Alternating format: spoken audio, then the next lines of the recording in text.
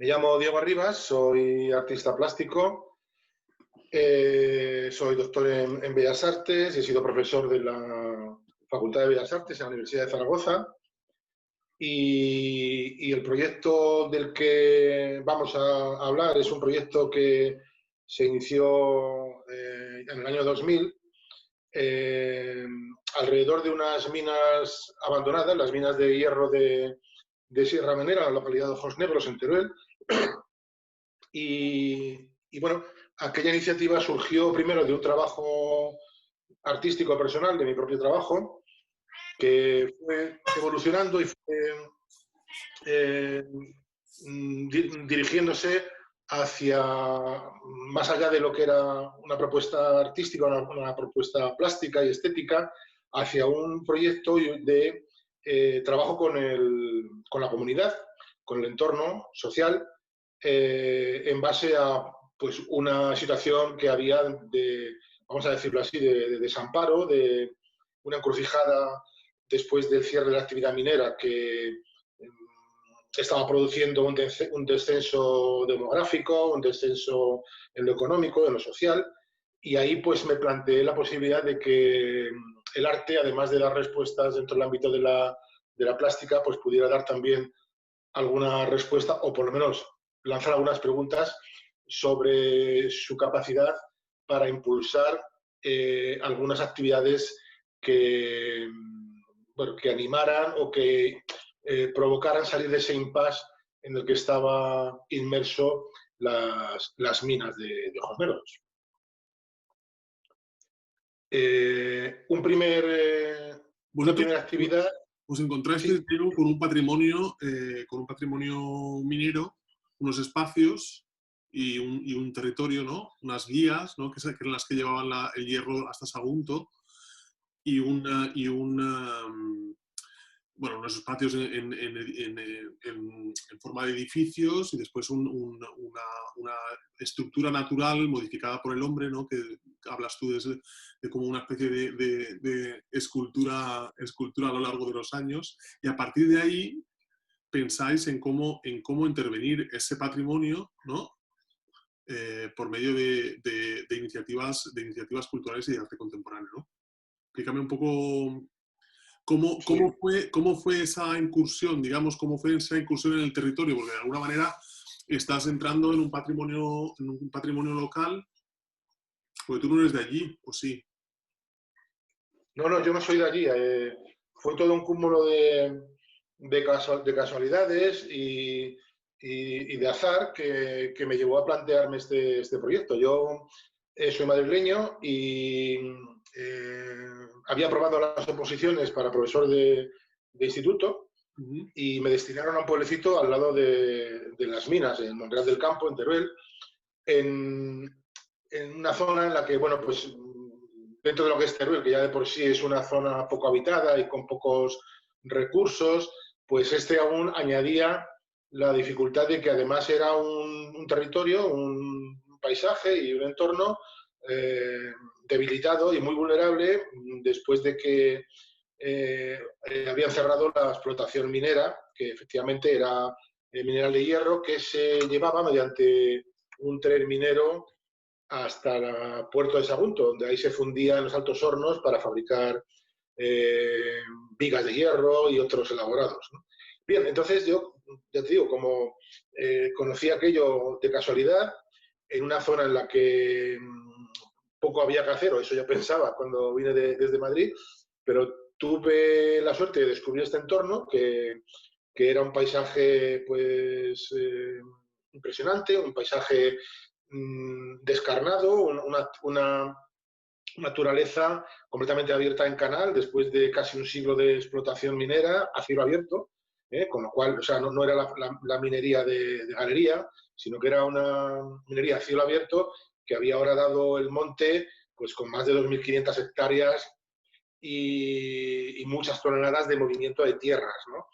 Entonces, aquel paisaje tan sobrecogedor fue lo que me espoleó primero a mi actividad plástica, a mi actividad artística, pues siguiendo un poco con los parámetros en los que se habían movido artistas del andar como Robert Smithson o Walter de María, pero ahí tenía una dimensión social que estos proyectos no incluían. O sea, el contacto estrecho con los habitantes, con los mineros y exmineros que aún quedaban, con la población, pues me llevó a plantearme que además de la actividad artística, yo había hecho algunas exposiciones con los materiales recogidos, con fotografías, etcétera. Pues aparte de esa actividad plástica, que pudieran servir también el arte como un revulsivo, como un catalizador de ese salto que estaba pendiente de dar desde la cultura de la minería a otra mirada sobre el paisaje. Es decir, había que pasar, o yo me planteaba, pasar de una naturaleza industrial profundamente transformada por la actividad minera a una naturaleza bajo el concepto de la cultura. Es decir, poner énfasis en los valores del paisaje minero, del paisaje industrial, y aquello pues daba bastantes posibilidades, no solamente por esta transformación tremenda del paisaje, del territorio, con estas oquedades, estos tremendos cráteres en el terreno, sino también pues por todas las instalaciones de la compañía minera, el barrio minero con todas sus inmuebles, y luego también pues el rico pasado de este enclave, porque la extracción de hierro se había estado realizando desde siglos atrás, es decir, desde la época íbera, celtíbera, andalusí, romana, etc. Entonces, bueno, pues con todo ese potencial, con todos esos elementos, consideré que efectivamente que había la posibilidad de reenfocar o de direccionar el futuro de este enclave hacia el ámbito de la cultura. Es decir, el planteamiento que yo llevé a las autoridades, al Ayuntamiento de Ojos Negros y a los vecinos en algunas reuniones que tuve con ellos, pues fue eso, fue la de cambiar no la identidad, pero sí el enfoque de ese entorno. Es decir, con la identidad minera, reorientarlo o redirigirlo hacia una actividad cultural. Esa fue la base de los primeros pasos que emprendí. Bien, sí, yo partí de una especie de tormenta de ideas. Es decir, después de hablar con el ayuntamiento y con los vecinos, hicimos una reunión allí para darles a conocer pues, mis intenciones y también sobre todo las posibilidades de lo que tenían allí, de ese patrimonio, que ellos todavía lo estaban leyendo desde el ámbito industrial.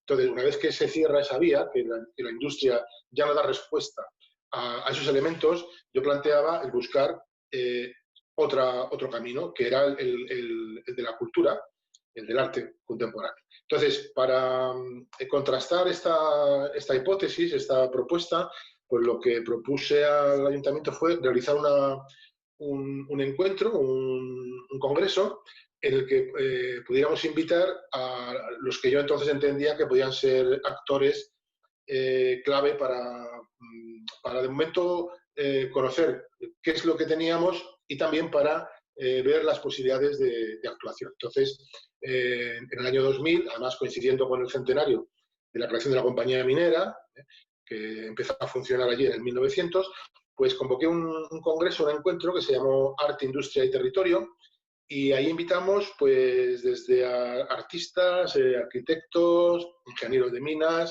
agentes de desarrollo local, sociólogos, expertos en arqueología industrial, y en especial, pues bueno, fue clave para el ayuntamiento que viniera el gerente del Parque Minero Río Tinto, en Huelva, que ya llevaban desarrollando esta nueva mirada sobre la minería con bastante éxito, ¿no?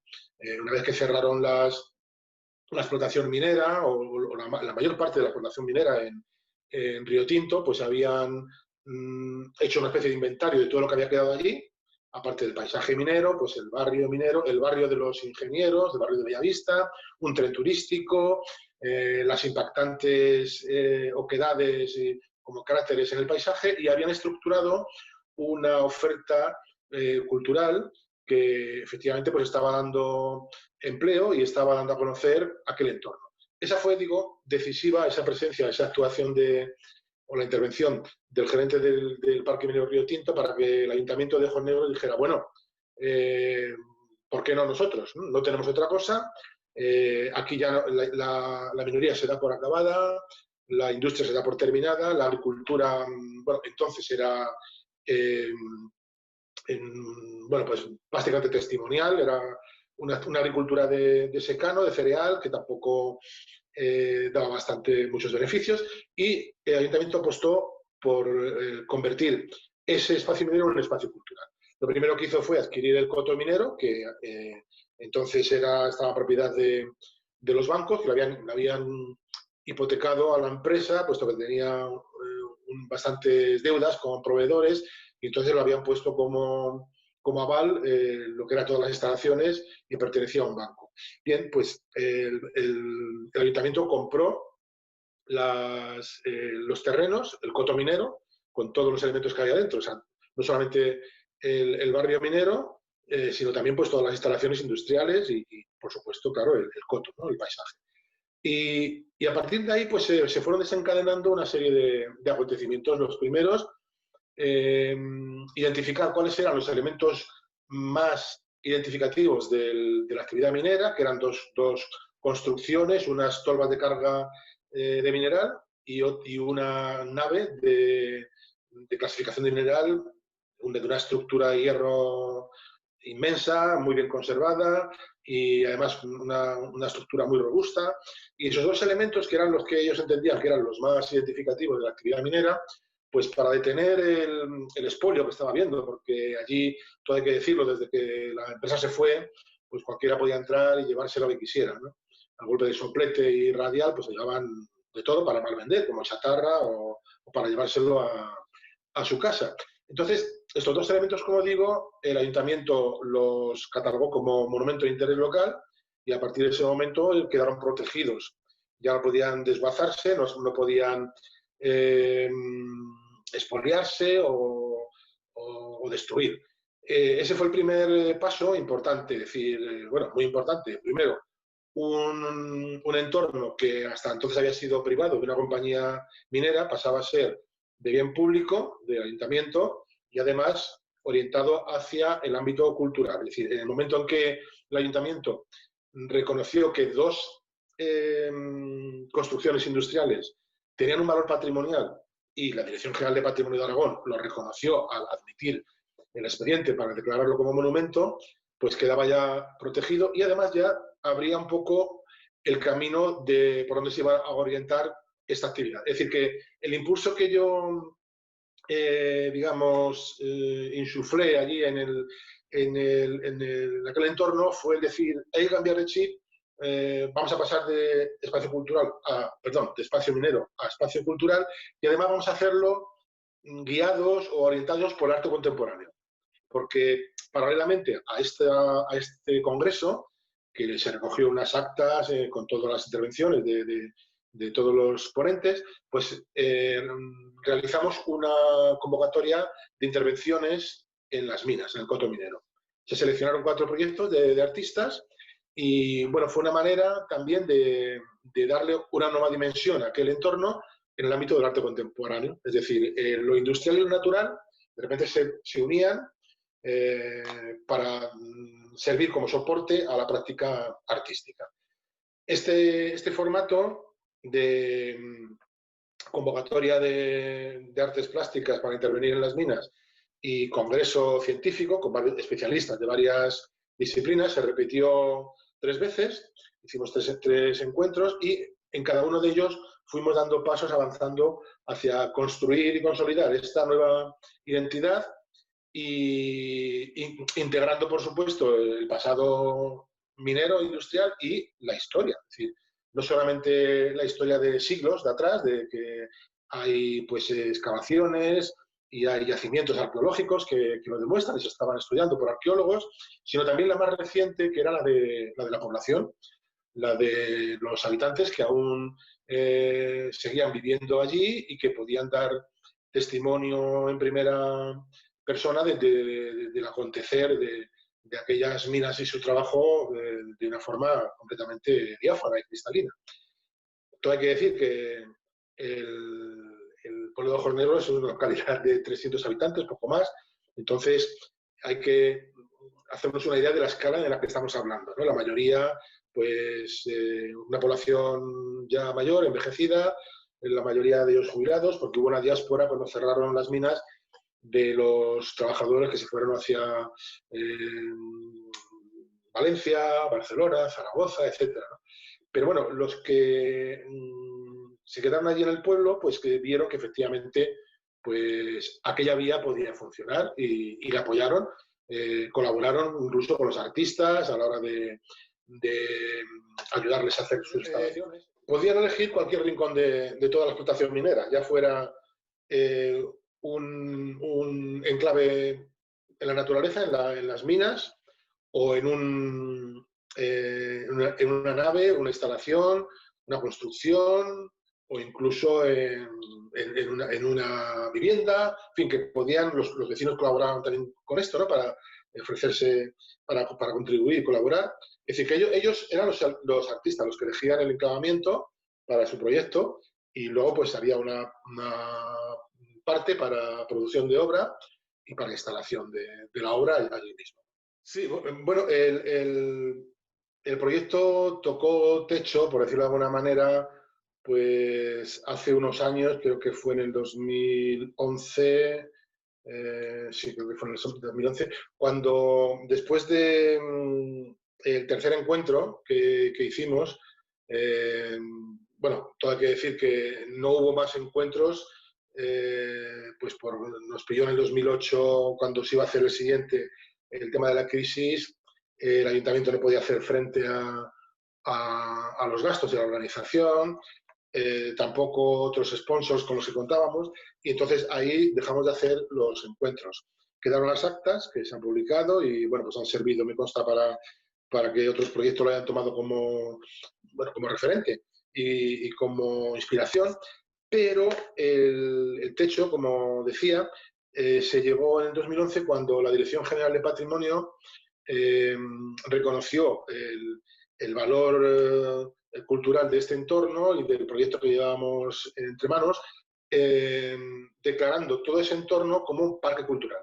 El parque cultural en Aragón es una figura de protección patrimonial que es la más alta figura que hay para asegurar, primero, la conservación de un patrimonio y, segundo, que siga funcionando. Es decir, que no sea solamente una conservación pasiva, es decir, bueno, una protección que no implica nada más, sino que lleva aparejado que se puedan hacer actividades y que se desarrolle en base a ese patrimonio, que se desarrolle una actividad que genere economía, que genere empleo, que genere, digamos, un futuro en las localidades.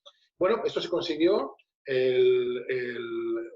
La Dirección General de Patrimonio incoó un expediente en el que integraban todas las localidades que había alrededor de las minas de Sierra Menera. En total creo que eran unas 7 o 8 localidades, y se integraban además los elementos patrimoniales que también tenían estas localidades, aparte de la que compartían en común, que era la mina, ¿no? Bueno, desgraciadamente, cuando ya se consiguió lo más difícil, que era que te declarara un parque cultural en Aragón, hasta entonces solamente había 5 parques, nosotros hubiéramos sido el sexto en todo Aragón, o sea, Zaragoza, Huesca y Teruel, pues hubo un cambio en el Ayuntamiento de Ojos Negros. Entró una corporación nueva, una alcaldesa, con unos concejales que decidió que eso no era importante ni relevante. Bueno, pues que para ellos eso no revestía no solamente prioridad, sino no revestía ningún tipo de importancia. Con lo cual, los pasos que había que dar para consolidar el parque y comenzar a funcionar, todo hay que decir que además eso suponía recibir un presupuesto muy importante desde el Gobierno de Aragón para impulsarlo y empezar a desarrollar actividades, pues esta corporación municipal decidió abandonarlo y el expediente caducó. Tenía, pues creo que era un año o año y poco desde la incoación del expediente hasta ponerlo ya en marcha y dejó deliberadamente de caducar porque para ellos eso no era relevante. Sí, acababan de tirar por la borda todo el trabajo que las dos corporaciones municipales anteriores que hubo antes que ella, pues habían realizado con un trabajo, la verdad es que ejemplar, un trabajo entusiasta. Tuvimos siempre con ellos una colaboración muy estrecha y muy entusiasta. Y bueno, pues era ha sido un poco frustrante, ¿no? Es decir, bueno, pues después de que conseguimos lo más difícil, es que el gobierno de Aragón declare parque cultural un entorno minero, que es que iba a ser además el primero que tenía una identidad industrial, porque hasta entonces esos 5 parques culturales que ya existían tenían un poco el mismo formato.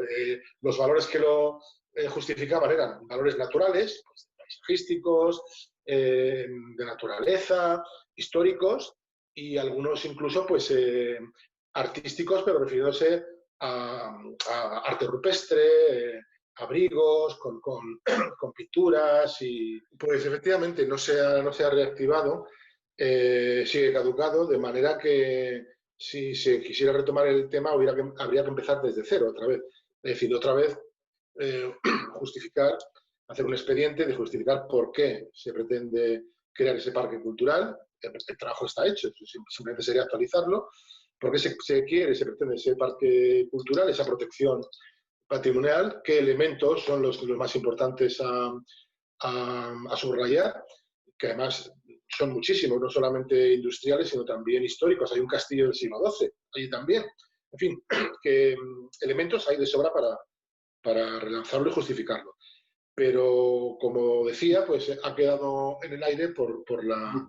¿Cuál fue, aparte de la falta de interés para esta gente, o sea, de un criterio permanentemente subjetivo, ¿no? Por lo que parece, o hicieron un estudio o priorizaron sobre otros proyectos o sobre otras iniciativas para descartar la vuestra? Digo, la alcaldesa o el ayuntamiento que descartó el proyecto y que lo dejó un poco en stand-by. ¿Cuál fue el criterio que os dieron para descartar? Bueno, ellos declinaron de continuar con este proyecto. En realidad tampoco dijeron muy claro por qué no. O sea, simplemente fue un acto de desidia, de desdén, porque no entraba en sus esquemas. Entonces, lo único que ellos priorizaron fue crear una vía verde sobre el trazado de la vía del tren minero. Algo que no es incompatible con el parque cultural. Al contrario, sería un elemento atractivo más, como hay en decenas y decenas de parques culturales dentro y fuera de España. Yo les llevaba hace poco un ejemplo, el ejemplo de las minas de Solverein en Alemania, en el que tienen integrado todo esto, o sea, el pasado industrial, naturaleza, turismo, vías verdes, vías negras, vías de todos los colores. Arte contemporáneo y es un éxito. Es un éxito de población porque ha incrementado la población, de turismo y de proyección a alto nivel. Entonces ellos, claro, se obcecaron en defender solamente la vía verde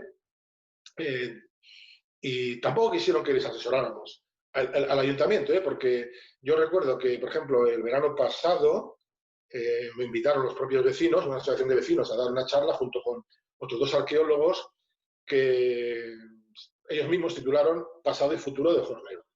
Entonces, los arqueólogos les hablaron de todo el pasado minero de su localidad, con todos los yacimientos arqueológicos que ellos estaban estudiando, que habían aparecido, y yo les hablaba de la arqueología industrial y cómo en otros enclaves, muy parecidos al suyo, en otras escalas, en otros sitios, ya estaba dando frutos este formato de poner a trabajar el patrimonio industrial sin destruirlo. Entonces, claro, los propios vecinos se llevaban las manos a la cabeza cuando veían aquello y decían, bueno, ¿y cómo es que después de 20 años de que cerraron las minas todavía no se ha hecho nada? Pues preguntarlo a vuestra alcaldesa, preguntarlo al ayuntamiento, porque efectivamente estos parece como que a ellos como que no es su localidad, como que les importa poco. Y bueno, ha sido imposible hablar con ellos porque desde entonces, desde que ellos dijeron vía verde, vía verde, vía verde, es decir, solamente han visto un camino cerrándose a todo lo demás, que como estoy explicando, la vía verde sería un elemento más de un parque cultural, algo más ambicioso, ¿no? Y además con el apoyo del gobierno de Aragón, pues como ellos que tenían esa idea de solo vía verde, pues se negaron a que ninguno de nosotros fuera a hablar con ellos, les pedimos varias reuniones para explicarles que era perfectamente compatible su vía verde con un parque cultural y con el resto de actividades. Se negaron, no hubo manera de hacer ninguna reunión y es más, cuando yo propuse a los mismos vecinos que me habían invitado el verano anterior a hacer una reunión para explicarles, porque bueno, pero no es a los vecinos, voy a explicar, me llamaron diciendo que ni se nos ocurriera aparecer por allí porque si íbamos nos boicotearían la reunión. O sea, algo impensable y desde luego que no tiene ninguna justificación, ¿no?